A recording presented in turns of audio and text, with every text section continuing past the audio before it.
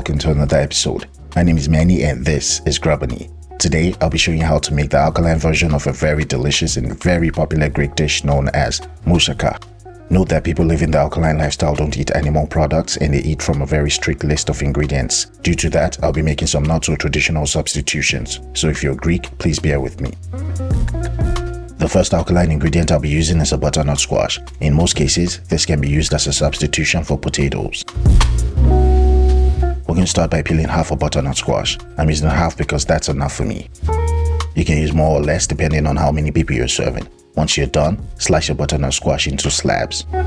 Your butternut squash slices should be about 1/4 to ½ an inch thick. If you're like me and your raised are as rigid as cooked noodles and you miss the mark, don't sweat the technique, just keep going. When you're done slicing, your butternut squash should look something like this.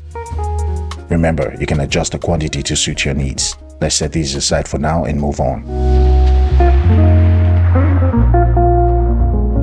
Over here, we have some chayote squashes. Chayotes are another very good alkaline potato substitutes. These used to be very rare and difficult to find, but now you can find them in almost any store.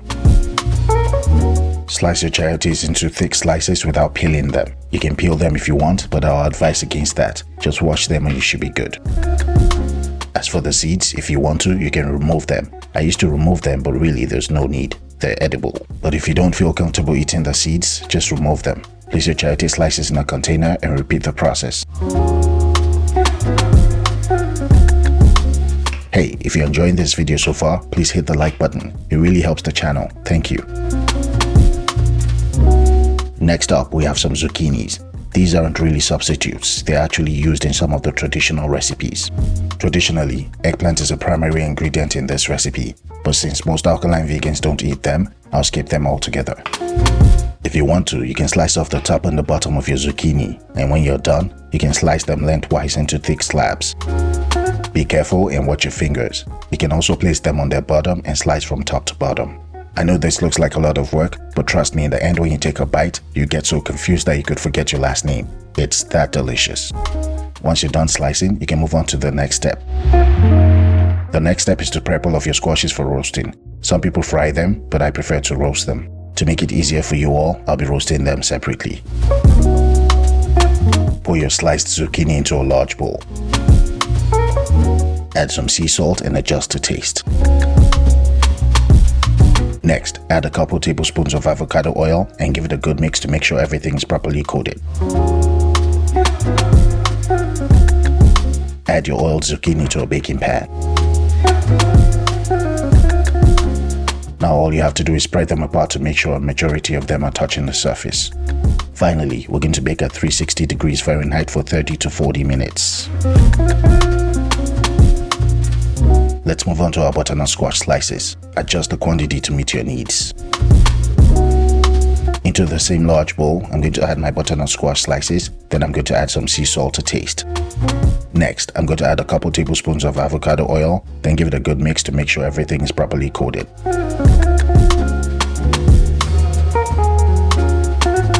Add your oiled butternut squash to a baking tray and spread them apart to make sure they're all touching the surface.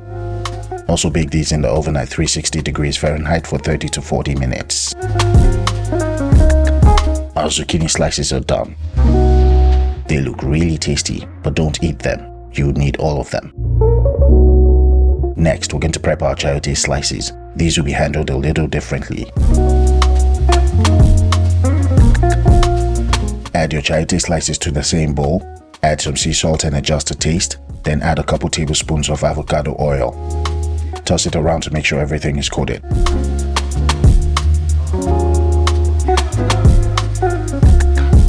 Add your chayote slices to a baking pan, spread them apart, and bake them at 360 degrees Fahrenheit for 50 to 60 minutes. The butternut squash is done.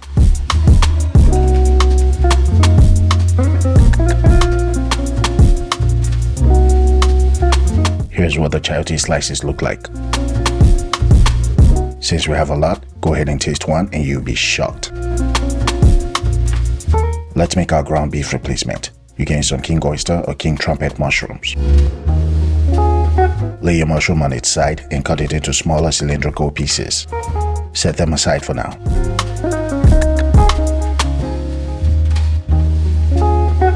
Slice some large portobello mushrooms into smaller pieces, and when you're done, you can set them aside.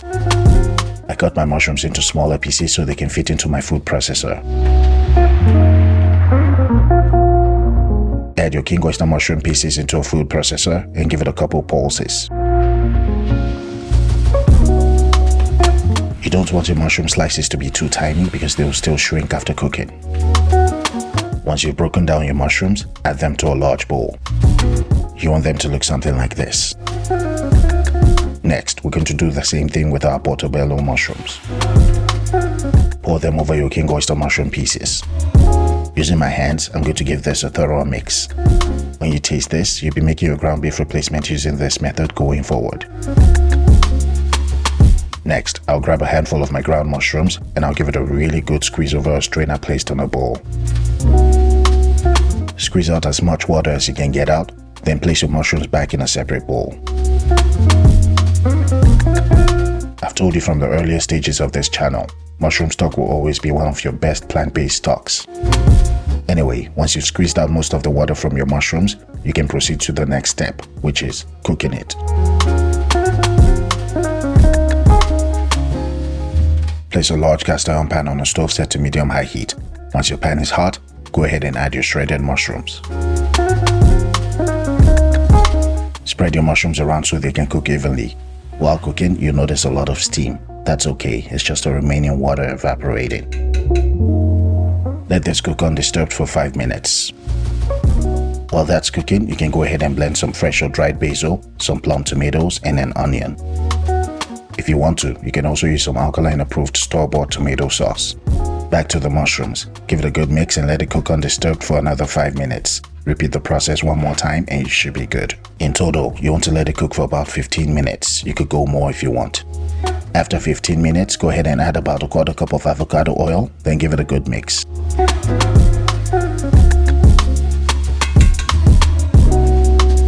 Add about 1.5 to 2 cups of your tomato sauce.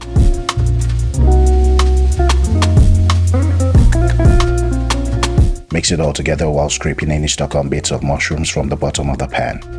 My ground beef replacement recipe is a really good recipe and I've used it a couple times and it never failed me. Anyway, it's time to add our herbs and spices, and you can add and remove anything you want to suit your taste.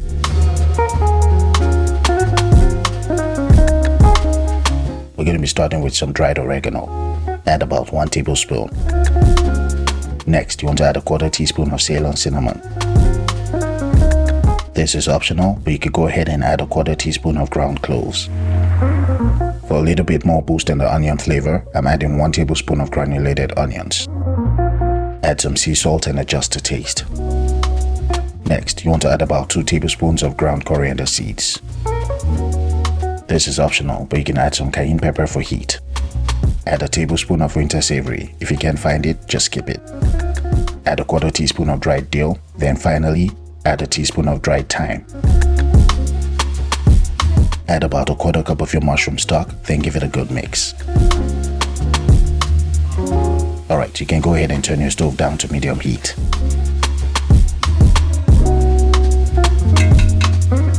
Let this cook for about 15 minutes while stirring occasionally. After 15 minutes, go ahead and taste it, make final adjustments, and take it off the stove. We're not done yet. This is gourmet Greek food we're cooking here. We're going to make our bechamel sauce. This is a heavy cheese-like sauce made from flour. Place a saucepan on medium heat. To the saucepan, you want to add about half a cup of avocado oil. Some people use butter or ghee, but Alkaline vegans don't eat either of those things. Once your oil is hot, go ahead and add 2 cups of an Alkaline approved flour. I know it shows 1 cup, but I adjusted it to 2 cups later on. Immediately start whisking it together vigorously. Be careful so you don't scald yourself, but once it starts to come together, you can go ahead and add 2 cups of milk a little at a time. Whatever you do, don't stop whisking. If you have someone to help you, go ahead and ask for help.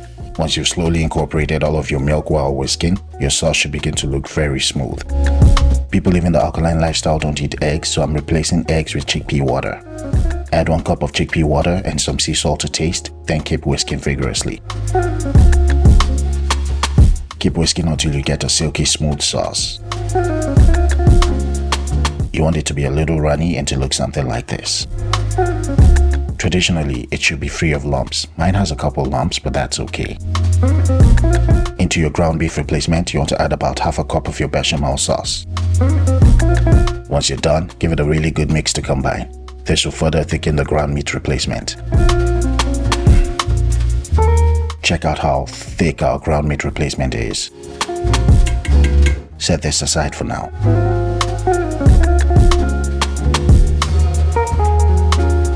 In a baking dish, you want to add your roasted chayote slices as your first layer.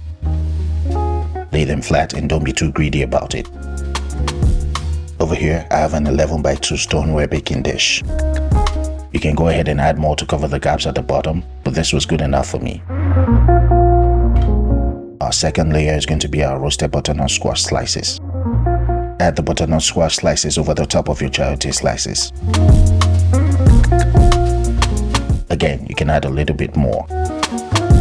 Our third layer will be our roasted zucchini slices. Once you've placed all of your zucchini slices over the top, go ahead and add your ground beef replacement. Now with this one, I'm going to be very generous.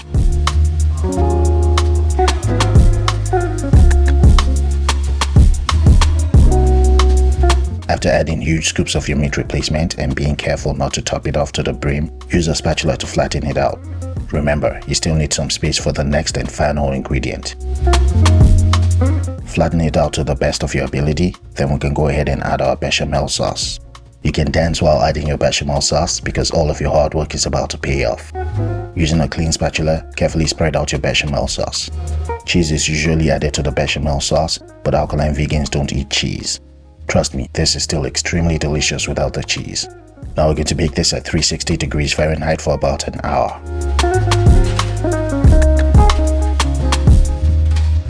Here you go. The top has ridges because of the lack of traditional ingredients, but trust me, pay no mind to it. Go ahead and cut yourself a massive portion, and yes, it's supposed to be gooey and not hard like a pie crust. Dig out that massive slice using a serving spatula. At this point, I'll tell you to eat as much as you can before your family members come around, because this will be gone in a jiffy. Beautiful. OMG. Everything I've experienced in my life leading to this point has been totally worth it. Take a good look, because if you don't make this, this will be your last time seeing it. It's steamy, gooey, flavorful, and packed with layers of alkaline goodness. Garnish with some sliced fresh basil and dig in. I lack the words to tell you how delicious this dish is. Believe every single good thing you've heard about it. It's extremely delicious. So delicious that I had to make another one the next day. However, this time around I let it go a little longer so the crust could darken a little bit. Did it make any difference? Not so much. I only did it for the skeptics in the comment section. Yep, I did. Don't laugh at me. I see you laughing. Alright, let's cut into it and see what it looks like. If you want to get the same dark crust, all you have to do is let it broil for about 3 to 5 minutes after baking. You have to keep an eye on it, because if you walk away, you'd lose everything. This time around, I served myself a titanic portion.